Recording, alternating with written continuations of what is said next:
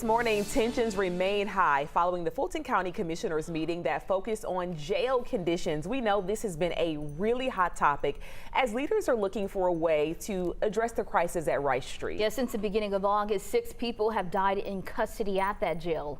11 Alive's Jerry Carr, and she joins us now from outside the Rice Street facility. So, Jerry, there was a lot of tension boiling over, a lot of talking back and forth, even some yelling at some points, but were there any solutions?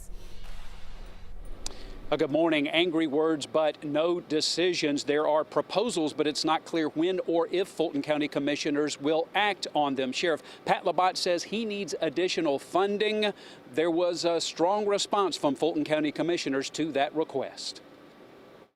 As conditions inside of the Fulton County Jail continue to deteriorate, you should not see any more funds go into your budget until you sit down and you figure out how to properly utilize them. A showdown between the sheriff who oversees the jail and Fulton County commissioners. I'm going to finish my remarks. No, you're not going to sit here and disrespect. Okay, no. The heated exchange comes after several inmate deaths and complaints about conditions at a jail currently housing more inmates than it was built to hold. In an effort to convince commissioners of the need for more funding, Sheriff Pat Labatt produced an inmate to describe what he's seen. The walls are crumbling down and inmates are creating shanks out of the walls, so you can go inside of the wall and get you a knife. One proposal is to spend $30 million to move 1,000 inmates to facilities in South Georgia and Mississippi, an idea that produced shock from one commissioner.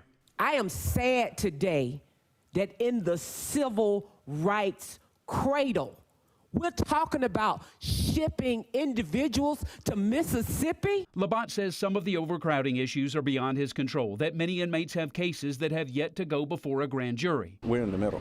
We don't control when an individual goes to court. On the issue of funding. This is about the third time that the sheriff's office has come down here, not giving us information ahead of time, to ask us for a boatload of money. The sheriff and Commissioner Bob Ellis went toe-to-toe. I'm not going to let you take me there because my mama taught me better. In the end, no resolution to an issue that has produced at least one lawsuit and political turmoil. Public defenders here in Atlanta who represent many of the inmates here at the Fulton County Jail say if those inmates are moved to South Georgia or Mississippi, it will make it impossible for them to do their jobs.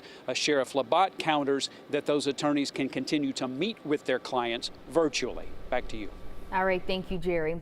The plan to move inmates to another state is not unheard of. At least 4 state correction agencies have used this strategy to address their overcrowding problems. We spoke with Vermont Correctional Facilities about how they did this. That's on 11alive.com right now.